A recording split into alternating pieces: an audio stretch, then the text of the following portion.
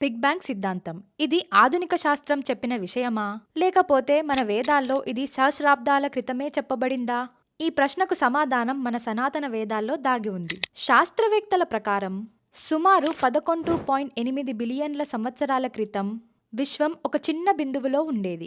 ఆ తరువాత పెద్ద పేలుడు జరిగి నక్షత్రాలు, గ్రహాలు, గ్యాలక్సీలు ఏర్పడ్డాయి. కానీ మన వేదాలు ఏమంటున్నాయి?